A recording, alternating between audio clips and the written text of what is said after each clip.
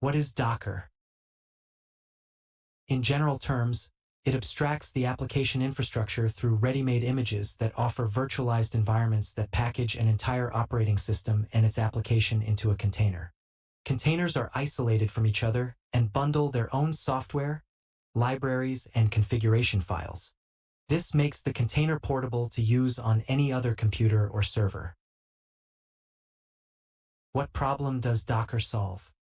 Functionality problems for the development environment that can be found in the dependencies used and their versions. Docker virtualizes your application by isolating the application from any dependency on the host system or host operating system. How does Docker do this?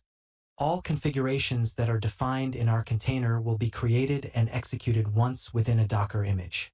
This image can be shared with other people so that they can run this image inside a container on their machine.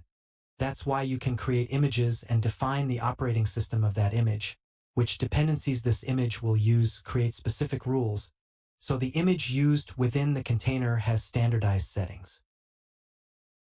What is Docker Hub? It is a base with countless bases ready to be used, official images and images made available by the community.